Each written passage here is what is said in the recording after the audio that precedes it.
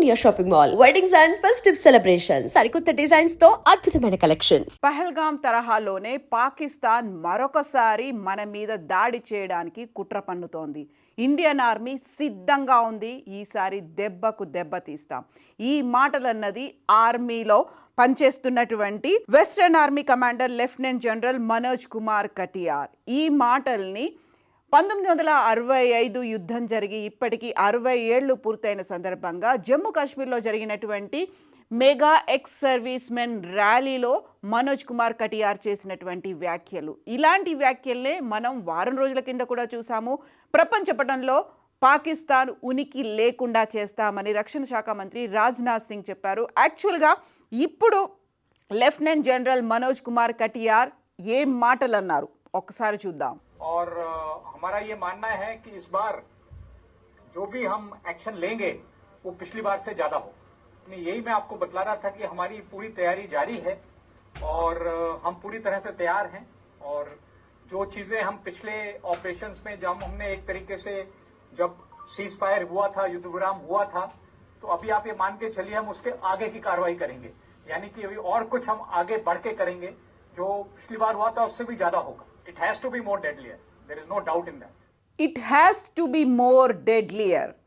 ఇంతకు ముందు జరిగినటువంటి ఆపరేషన్ సింధూర్ కంటే కూడా మేము ఇంకా ఎక్కువగా తీవ్రంగా ప్రతిస్పందించబోతున్నాము అనేటువంటి మాటని మనోజ్ కుమార్ కటియార్ నిన్న జరిగినటువంటి ఆర్మీ ర్యాలీలో ఎక్స్ సర్వీస్ మెన్ ఆర్మీ ర్యాలీలో కశ్మీర్లో చెప్పారు. యాక్చువల్గా గతంలో కొంచెం సంయమనం పాటించాము, లేకపోతే సీజ్ ఫైర్ అనేది మేము ఆలోచేశాము. అయినప్పటికీ పాకిస్తాన్కి సంబంధించి మరొకసారి కుట్ర అనేది చేయబోతోంది అనేటువంటి సమాచారం తమ దగ్గర ఉన్నట్టుగా western army commander lieutenant general కశ్మీర్లో నిన్న జరిగింది. 1965లో భారత్ పాకిస్తాన్ మధ్య జరిగినటువంటి యుద్ధానికి 60 ఏళ్లు పూర్తయిన సందర్భంగా కశ్మీర్లో జరిగినటువంటి ఆర్మీ ర్యాలీలో తను చేసినటువంటి వ్యాఖ్యలు ఇవి.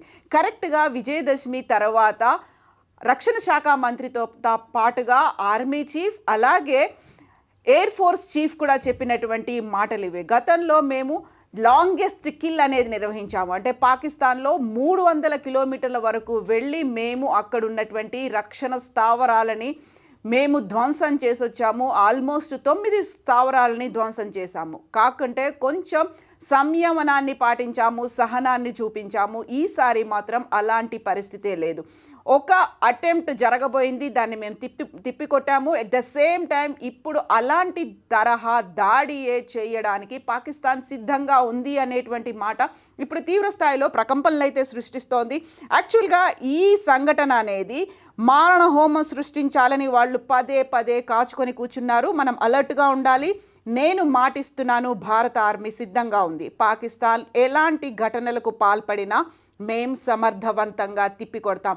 ఇదే మాటల్ని రక్షణ శాఖ మంత్రి రాజ్నాథ్ సింగ్ కూడా కరెక్ట్గా 1 వీక్ బ్యాకే చెప్పారు.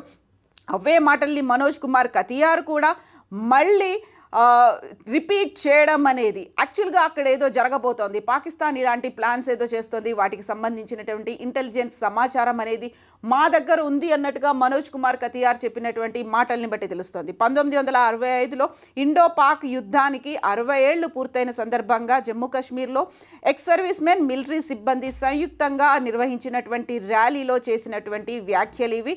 అక్కడ ఏర్పాటు చేసిన విలేకరుల సమావేశంలో ఆయన మనోజ్ కుమార్ కతియార్ మాట్లాడారు. పహల్గామ్ అటాక్ తర్వాత భారత్ ఆపరేషన్ సింధూర్ చేసింది. ఆపరేషన్ సింధూర్ 2.20కి ఎంతో దూరం లేదు, త్వరలోనే అది కూడా జరగబోతుంది అనే మాటని పదే పదే ఈ మధ్య కాలంలో మనం వింటూ వస్తున్నాం.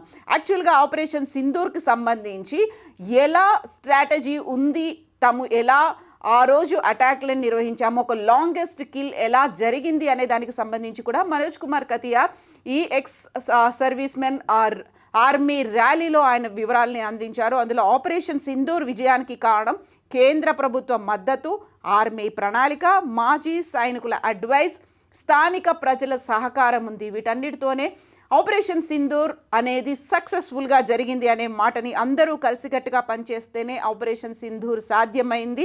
ఈ ఆపరేషన్ ద్వారా టెర్రర్ మౌలిక వసతులను మేము కుప్పకూల్చగలిగాము అని మనోజ్ కుమార్ కతియార్ చెప్పారు. సరిహద్దు గుండా పాకిస్తాన్ సాగిస్తున్న ఉగ్ర కార్యకలాపాలను మేము తిప్పికొట్టాము అనే మాట చెప్తూనే అక్కడ ఉన్నటువంటి ఇండియన్ ఆర్మీ, అక్కడ మన బార్డర్లో సెక్యూరిటీ ఫోర్సెస్లో పనిచేస్తున్నటువంటి ఇండియన్ ఆర్మీని కశ్మీర్ లెఫ్టినెంట్ జనరల్ మనోజ్ సిన్హా కూడా ఆయన ప్రస్తుతించారు, ఆ తర్వాత ప్రశంసించారు. ఆపరేషన్ సింధూర్ సమయంలో ఆర్మీ చూపించినటువంటి తెగువని ఇప్పటికీ కూడా పొగుడుతున్నటువంటి పరిస్థితులు, టెర్రర్ మూలాలను నిర్మూలించామని చెప్పడంతో పాటుగా అక్కడ పనిచేస్తున్నటువంటి 26th ఇన్ఫాంట్రీ డివిజన్ కూడా కృతజ్ఞతలు చెప్పారు. అక్కడ ఉన్నటువంటి ఎక్స్ సర్వీస్ మెన్, అక్కడ ఉన్నటువంటి స్థానిక ప్రజలు సహకారంతోనే ఇవన్నీ చేశాము.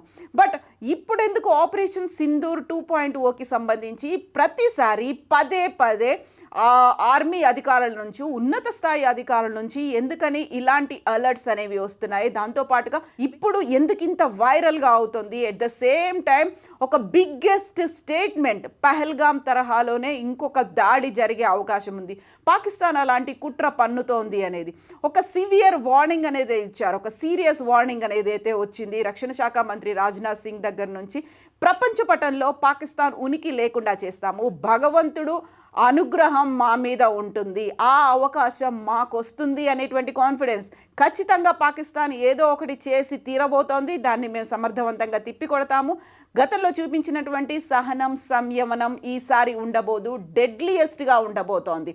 ఒక సీజ్ ఫైర్ని అయితే మేము ఫాలో అవుతున్నాం. సీజ్ ఫైర్ ఉల్లంఘనలు పాకిస్తాన్ వైపు నుంచి వస్తున్నాయి, అది కూడా గతంలో కంటే తీవ్ర స్థాయిలో ఉండబోతున్నాయి. కాబట్టి వాటిని సమర్థవంతంగా తిప్పికొట్టేందుకు మేము ఆల్వేస్ రెడీగా ఉన్నాము అనేటువంటి మనోజ్ కుమార్ కటియార్ వ్యాఖ్యలు, దాంతోపాటుగా ఎక్స్ ఆర్మీ మెన్ వాళ్ళ సహకారం కూడా ఉంది అంటూ ప్రతి ఒక్కరిని ప్రిపేర్ చేయడం, ఎట్ ద సేమ్ టైం అక్కడ ఉన్నటువంటి స్థానిక ప్రజల మద్దతు, వాళ్ళ సంఘీభావం, వాళ్ళ సహకారంతోనే మేము ఇంత పెద్ద విజయాన్ని సొంతం చేసుకున్నాము అనే మాటతో పాటుగా ఇప్పుడు మళ్ళీ పాకిస్తాన్ తన బుద్ధిని చాటుకోబోతోంది అనేటువంటి మాట, something big is going to happen అనేటువంటి వార్తలు, వాదనలు, అంచనాలు, విశ్లేషణలు ఈ మధ్య కాలంలో విపరీతంగా వినిపిస్తున్నాయి.